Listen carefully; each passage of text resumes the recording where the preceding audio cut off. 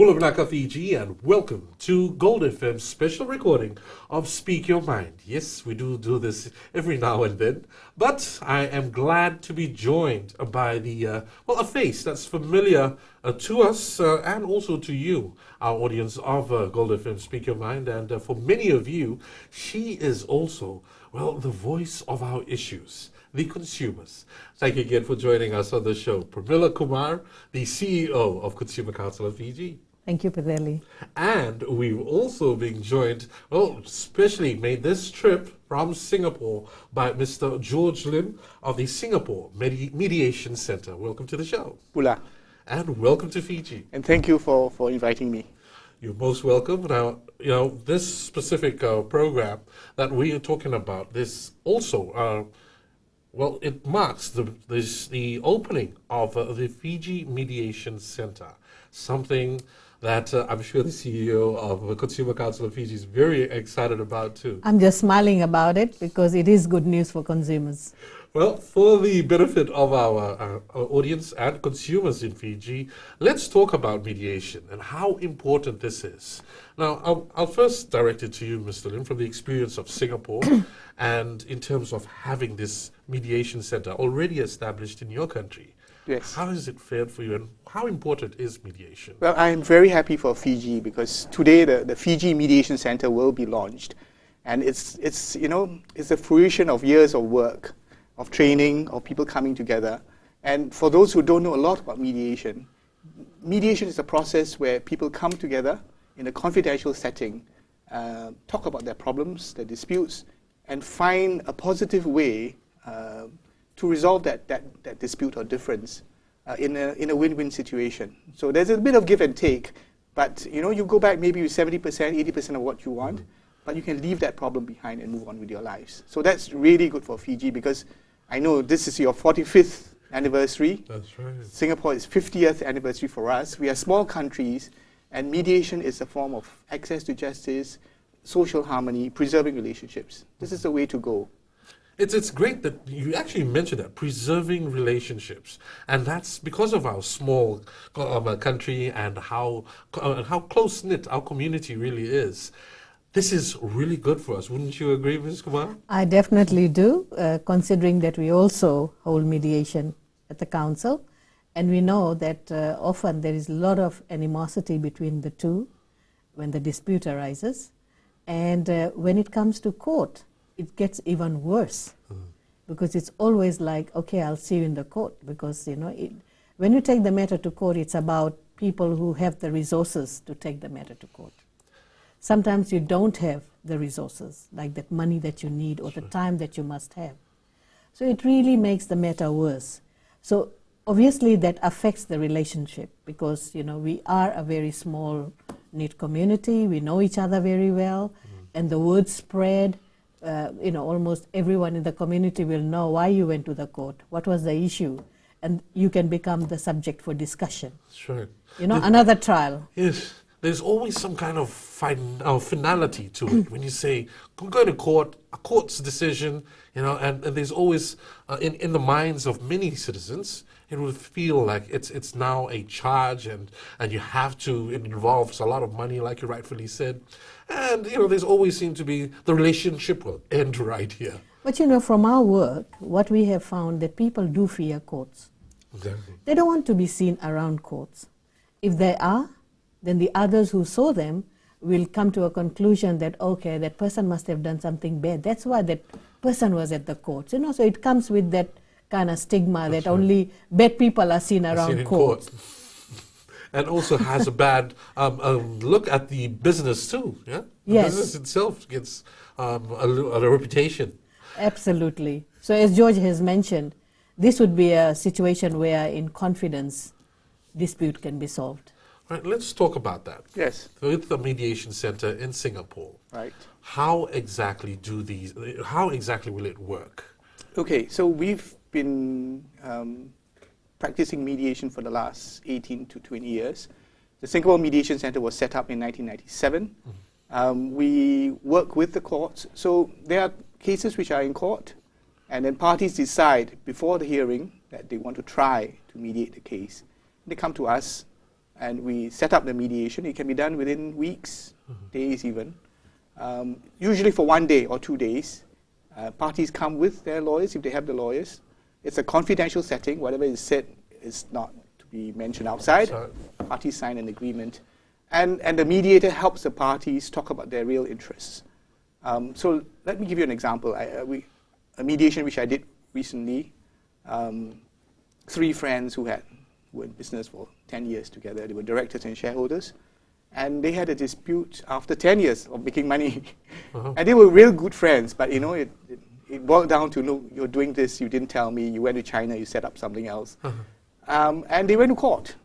And you know, it's legally 2 parties suing the other party for breach of director's duties.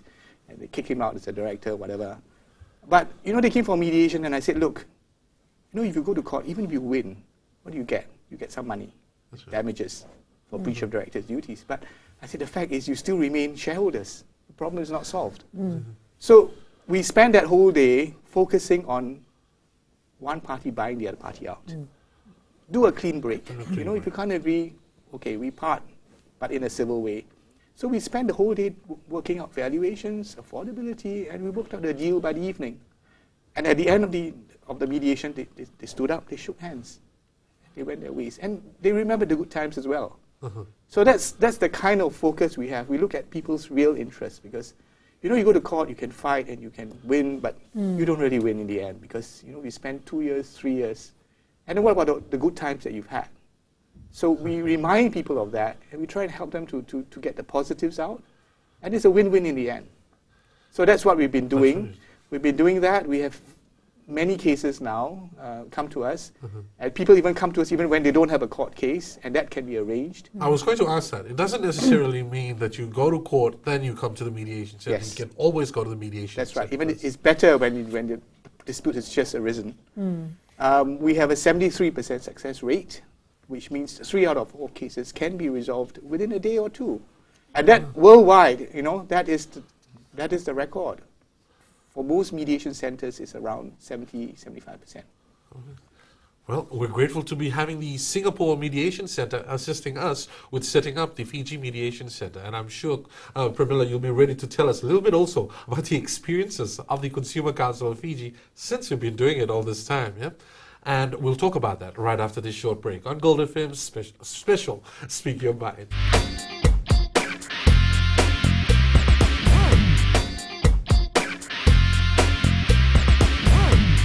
Welcome back to Gold FM's special Speak Your Mind, and I'm honored to be with George Lim from the Singapore Mediation Center. And just before the break, we had been chatting about the experiences of the Singapore Mediation Center, and now that we're about to set up the Fiji, well, at least opening the Fiji Mediation Center in Fiji, someone that's have been doing a lot of the mediation work, Consumer Council of Fiji.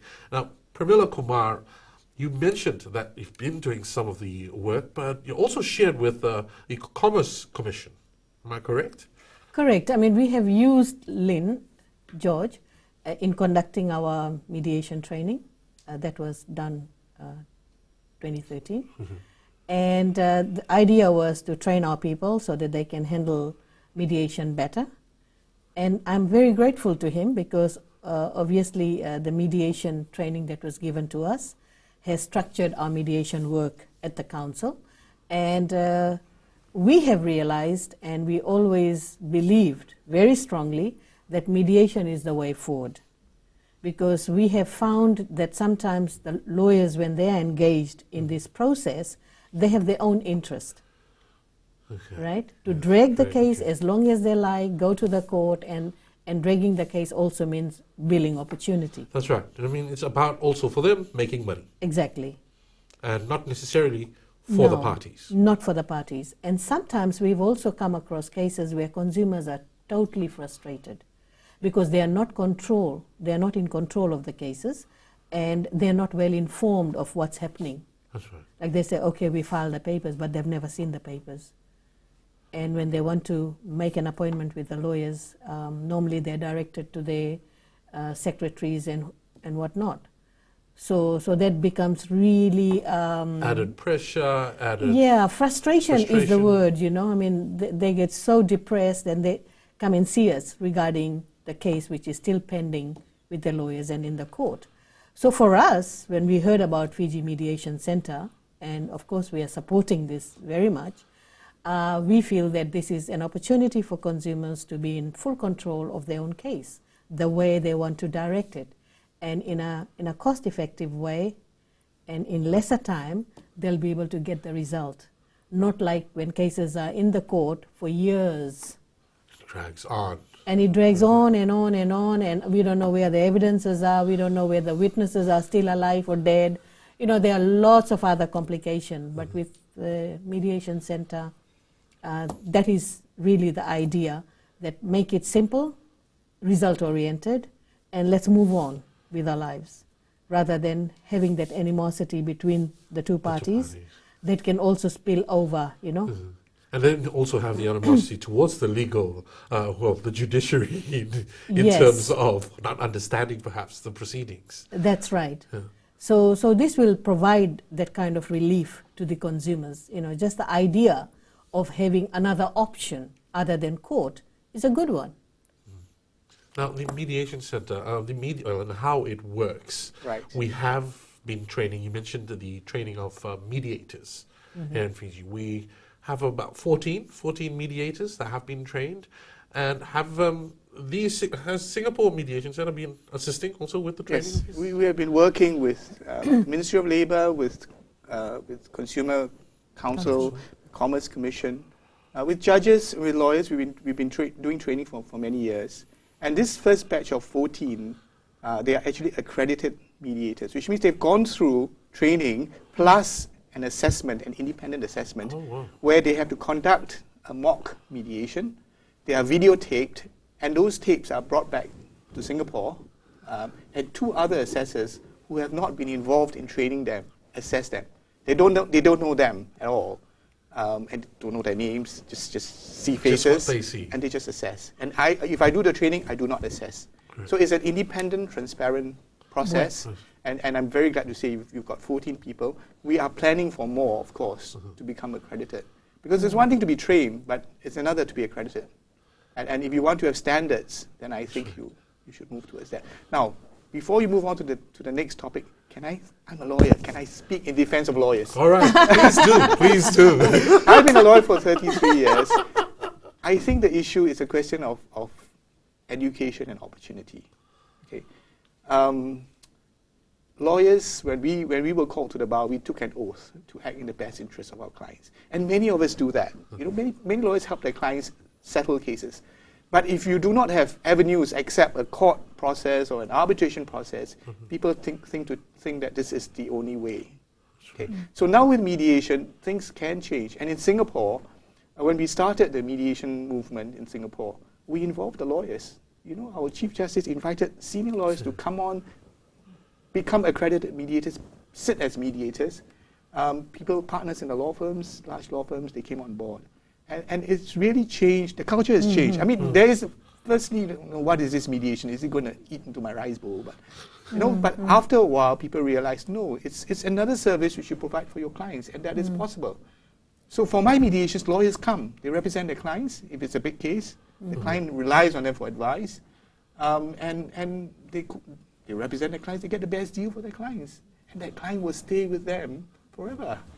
So it's been proven that if lawyers endorse mediation, they come in, they can become mediators, they can become mediation advocates.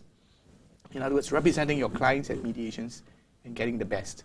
So I will tell you, in Singapore, when we started mediation, we had 3,500 lawyers in Singapore in 1997. Mediation has grown. Today we have 5,500 lawyers. Wow. Okay, and practice is still thriving. There's enough work to go around. And if you know, you can tell your clients, I'm that kind of lawyer who will take care of your interests. And if it means settling your case early, I will do that. You have a client for life. So I think it's a question of education and opportunity. Absolutely. Eventually, yes. Thanks for clarifying that, Mr. Lim. And I'm just going to, if I'm not correct, if I'm not wrong, there are 13 of the 14 the mediators that actually who have legal backgrounds, yes? Here in Fiji. I was just informed that prior to the show, that about 13 of the 14 have legal backgrounds. And that's it further enhances your case that the look you're looking in the right direction, and we're moving towards it, and especially with establishing the PG Mediation Center. Now, looking at the cases that we have, that Consumer Council deals with, how does this greatly improve the service that you will provide? I think it's just going to aid opportunities. It will bring about more opportunities for consumers to access the Fiji Mediation Center, but that will not stop them from accessing the services we are already providing. So it's just a matter of choice now. So we're increasing the choice for consumers in terms of the redressal mechanism. So as I've said earlier, the more the merrier, because then you can make an informed decision as to which option is better for you. Okay. And then you can select that particular option. Okay. Well, right after this short break, we'll look at how exactly do these mediation services, in terms of for you, our consumers in Fiji, will access them, and also the process that is involved. Well, back on Gold FM's Speak Your Mind. We'll be back right after this short break.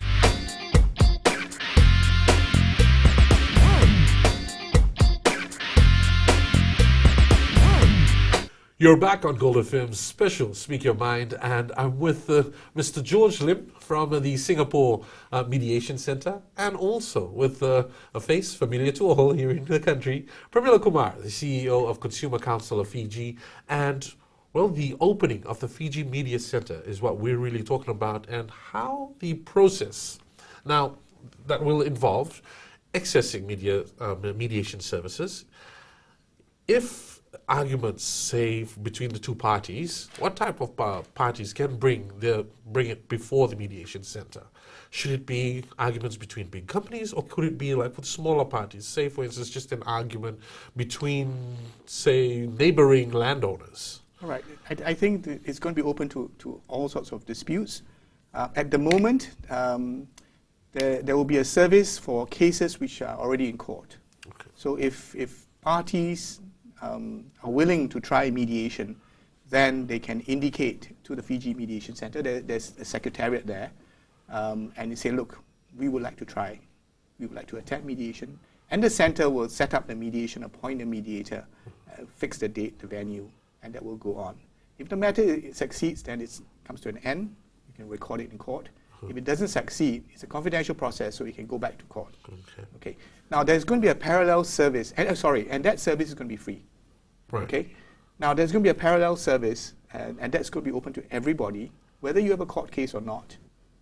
So suppose you don't have a court case, but you have a dispute. It could be a community dispute, it could be a family dispute, it could be a commercial Financial dispute. dispute, yeah. Yes. Okay.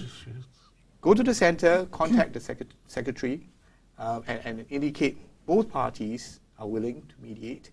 And again, the setup will be made.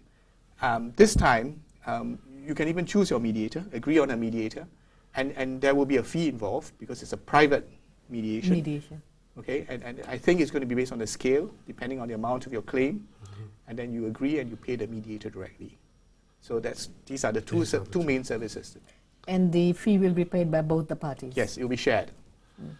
Now, for the benefit also for our viewers, with this agreements, they also they have to sign the agreement and will be upheld in terms of just as much as a court ruling, yes? Yes, so if the parties come to an agreement at the mediation, the mediator will help the parties draft a written agreement, they will sign off, and that becomes a binding contract in law. So parties have to fulfill, or otherwise they could be sued on the contract. Okay. Now, if there is an ongoing case in court, in Singapore, many parties would then have those terms recorded in court in the form of a consent order, and that becomes enforceable as well. So it's got more teeth then.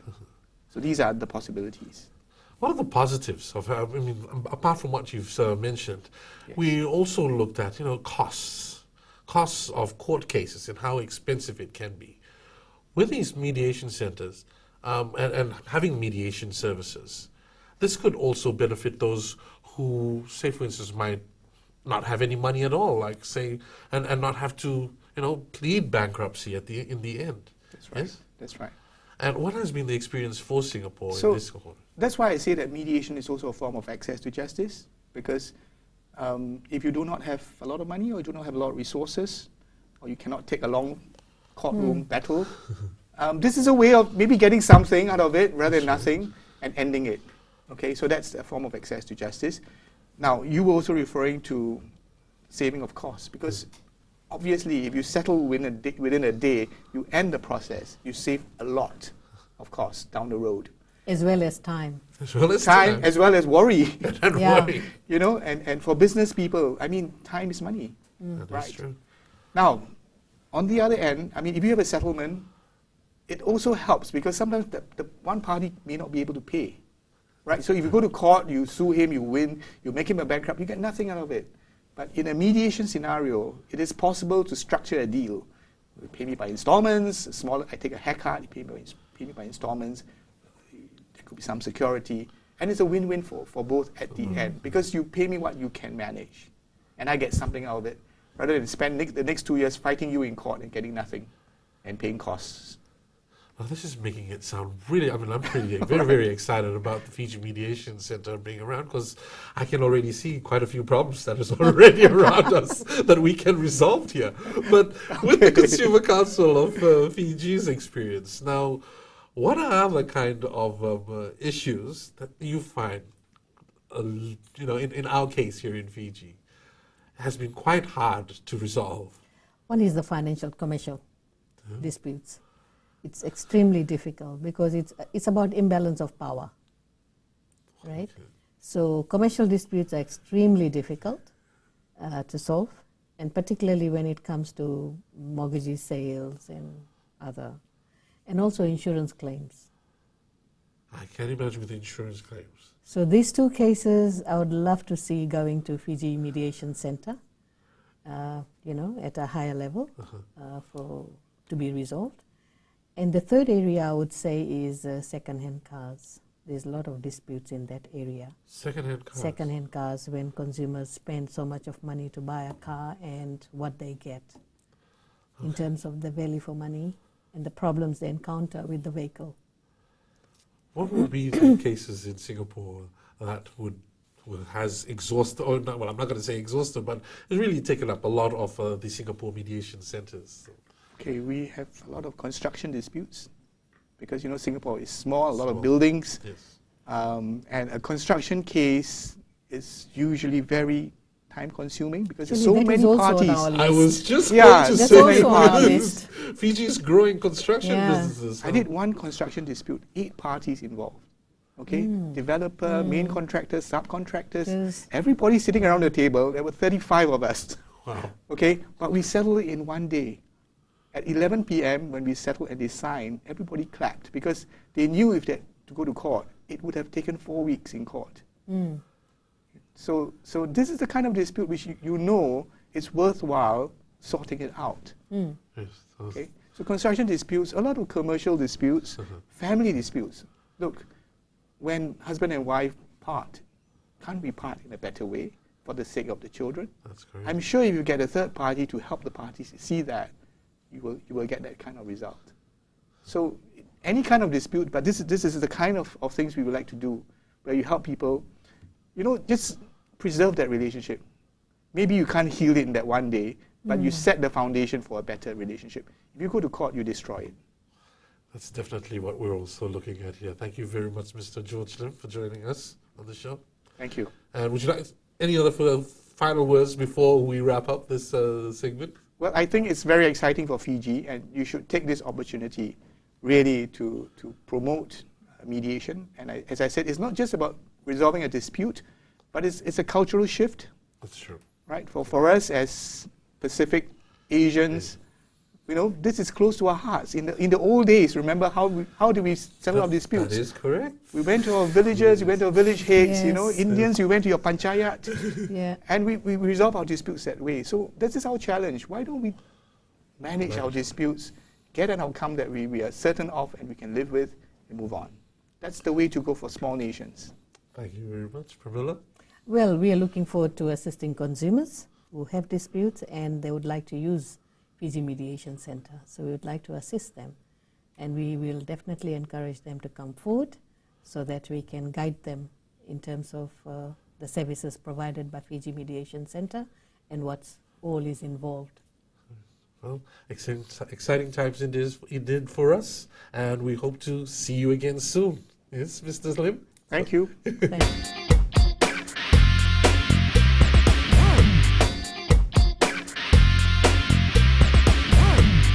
Welcome back to Gold FM Speak Your Mind, and we continue our discussion with the state of affairs with not only higher education, but also the placements of our graduates after they've graduated. And I'm very glad to be joined this afternoon by, well, Fiji National University's Aki Simabo. Welcome to the show.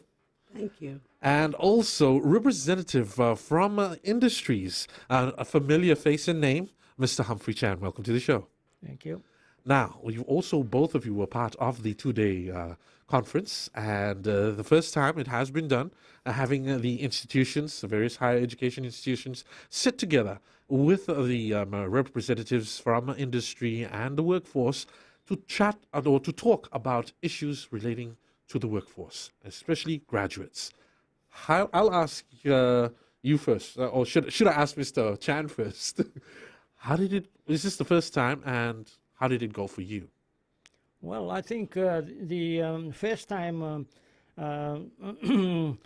consultation like this is good, and I think we should have it maybe annually or biannually, but whatever way we're going to have it, it is a means of passing on information from one to the other. You know, the thing that impresses me during the consultation is the fact that we talk freely, and you know, we can hear from what other people have to say and what we have to say in industry. We don't necessarily all agree the same thing, but we get the message across, and you know, hopefully that somebody will take it on board. At least the ideas are there. Right. Yeah? Right. Ms. Pavo? Yes, I agree, and I on behalf of the Fiji National University, thank the Fiji Higher Education Commission for organizing and facilitating this collaboration workshop. For too long, there's a lot of finger pointing, and so it's important to come together. Dialogue is important because we want to move the country forward. It's decisions that are made at these forums, good feedback to government in influencing the policies that they put together for the betterment. I'm not much of a pessimist. I'm a person who loves to, an optimist. It's more about continuous improvement, Now, you mentioned continuous improvement, and that's also the gist of much of the work that we try and excel. Mr. Rawalai had mentioned quality. Yes. And this is, a very important key word for especially potential employees and employers. And looking at the state of affairs, a small study was done prior to the conference, to the two-day conference, by the FHEC, and resulted in, it was revealed that 80% of the graduates that were, potential graduates who are about to graduate, students that were about to graduate, still had no idea what it is that they wanted to pursue in terms of a career. Now, do you have that feeling for you in the industries? Well, Peteli, I mentioned this at the for the record, that somehow, somewhere along the line, there's a gap, and that gap, I think, is none other than the career path. And in the career path, in the early part of the life of a student, they must make up their mind which way they want to go.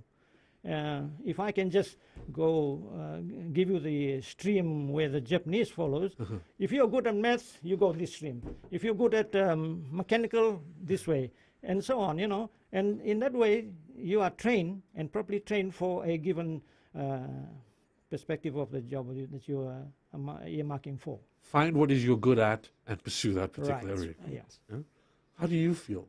Well, I'll take it right back to secondary school. You see that what happens for career expo, you have 6, 7 farmers going, and usually they are rushing through the booths, you know, during Career Expo. Whereas I'll relate my personal experience is that our time at secondary school, we had mentors that came from industries, people who wanted to do law. You had good qualified lawyers would come and speak, and so to me that was quality time, quality interaction.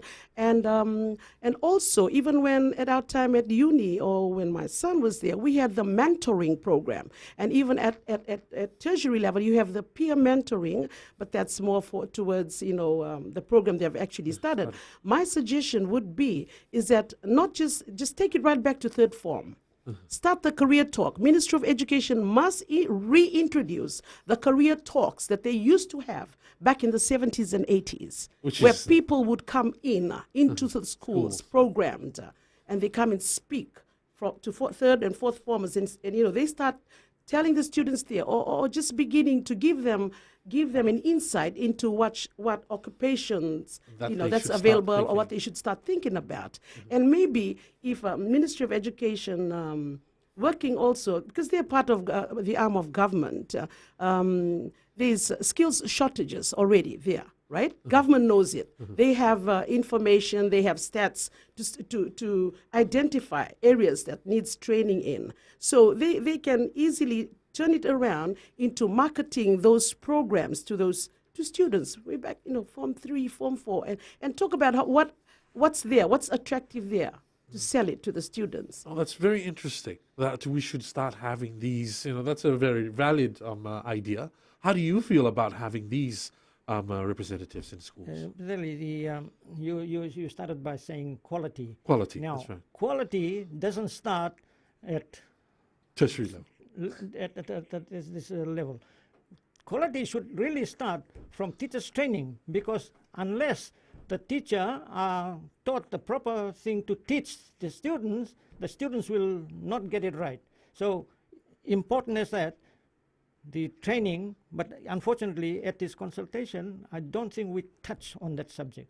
And I think this is one area that we should touch on to make sure that the teachers are themselves properly trained, and they are to set examples for the students to follow in the long term. Do you feel that? Do you feel that the quality of teachers that we have? Currently, I might say, if I have seen some pictures of some schools taking place, I don't think they are model. They're not model. They should be model, you know, for the students to follow in the long term.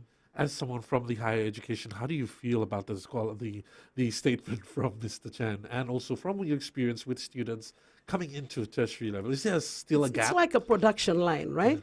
For us at tertiary, it's the output from the secondary that we take on. So a general observation has been, which was a comment made by the minister, is the quality in maths and English. That is the main concern now.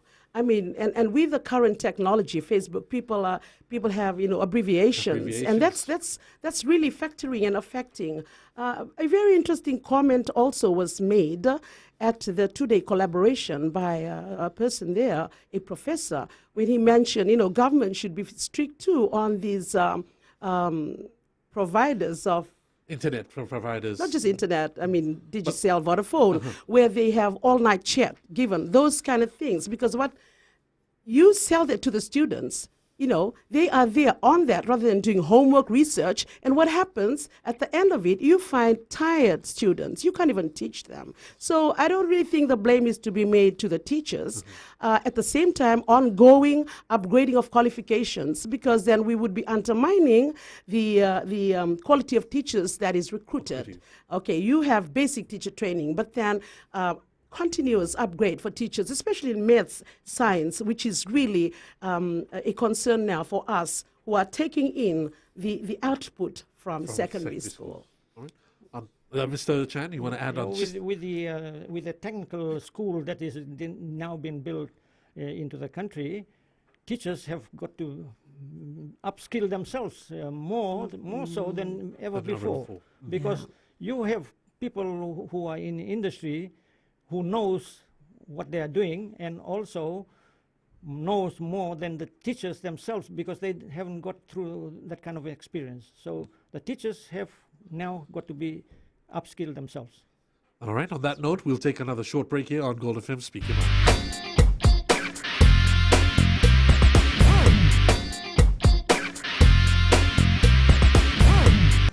Welcome back to Gold FM Speak Your Mind, and we continue with a discussion, a really interesting one that's turning out about higher education and also about graduates and those who end up in the working places and the difficulty that some of these recent graduates encounter and also affect the productivity of particular industry. And with me in studio, continuing our discussion, Mr. Humphrey Chan, representative of industry, and also from the Fiji National University, Ms. Akisi Mabua. And now let's talk about something that was also highlighted at the two-day conference, and that is apprenticeship.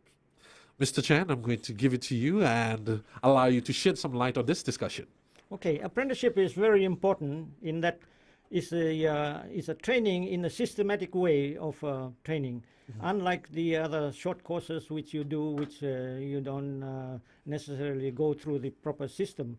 But in apprenticeship, you get different levels, stage 1, stage 2, stage 3. In my days, it was 5 years apprenticeship. Now it's been reduced to something like 3 years, somebody was saying. But you know, I think gradually they were coming down from 5 to 4 to 3.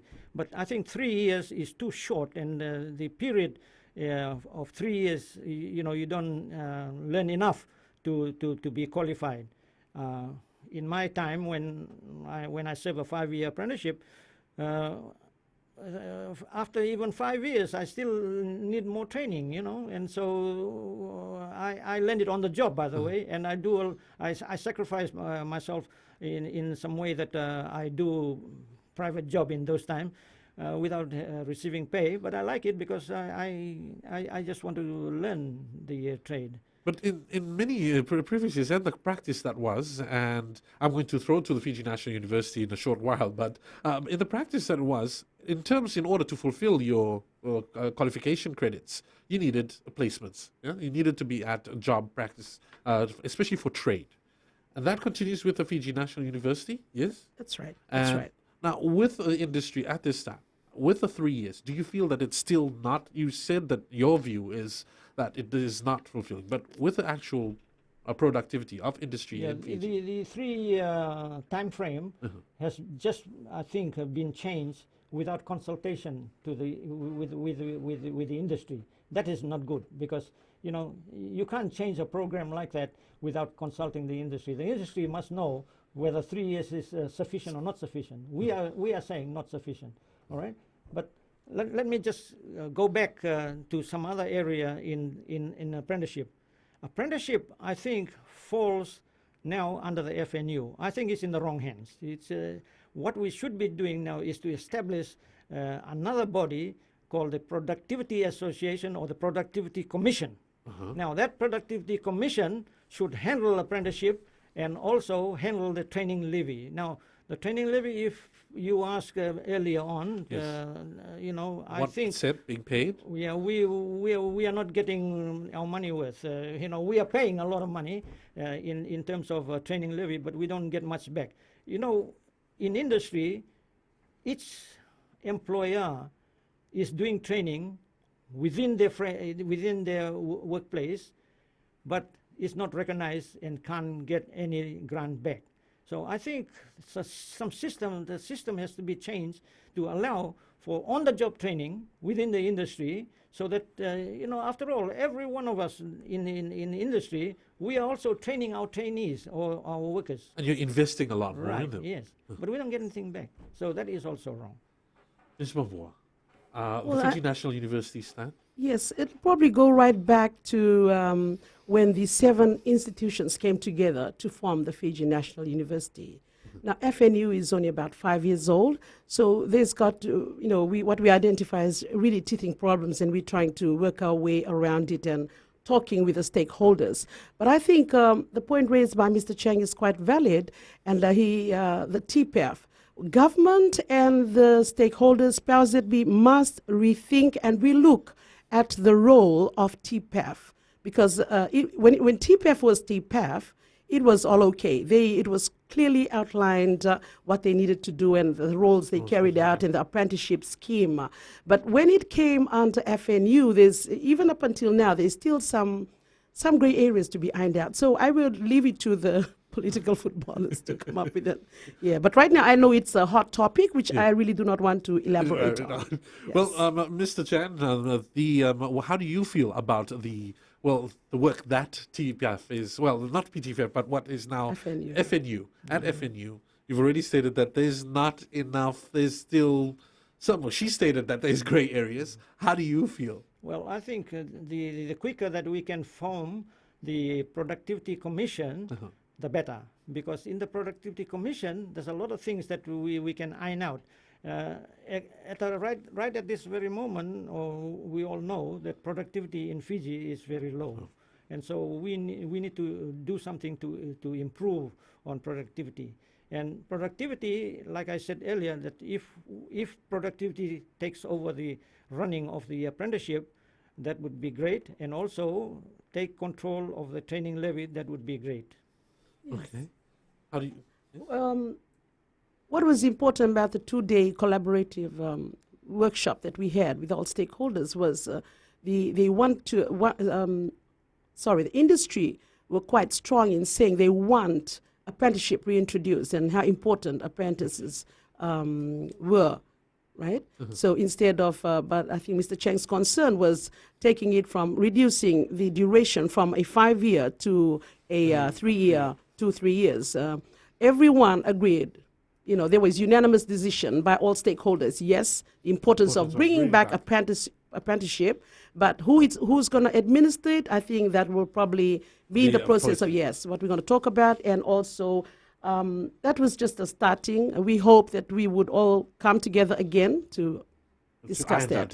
So that's very important to have another meeting. Now, just before we wrap up, I'm going to ask this next question: the need to promote the training, vocational, educational training. TVET. Now, how in Fiji? Was this discussed during the 2 days meeting? That's right. TVET, right now, TVET is not only important, TVET education and training is not only important nationally, but regionally and internationally. There's so many forums now that's talking about the importance. I'll speak for Fiji. There's a few forums that we've set in even with government at the Millennium Development Goals finalization. Skills shortages have been identified, skill shortage areas, and it's important to be focusing our training there, the training providers, especially FNU. But the thing is that government's got to support us in this, because it has been identified at national level. There's a skills shortage there. However, we need to be putting our money where our mouth is, because we need scholarship for TVET, for trainers. We need the upgrade of facilities for TVET also, and also to change the mindset of the general population, because right now they are tagging TVET to failures. Which is not. Thank you very much. Well, thank you very much for this. Sadly, we've run out of time on the show. Thank you again for joining us. So, Mr. Chan, would you like to any final remarks? We know that you want apprenticeship back. The industry really thinks that this will help raise the productivity in Fiji, correct? Yep. I think what industry wants is improvement on the training. And so far, we have seen a lot of people coming for interview, coming with certificates. We in industry don't care so much about certificates. What we want is performance. The guy who comes in there asking for a job must be able to perform. If he can't perform, all the certificate means nothing to us. Thank you very much, Mr. Chan. Thank you very much, Ms. Mavon. And again, that wraps our discussion on higher education. Walk it. Right here on Gold FM, Speak Your Mind.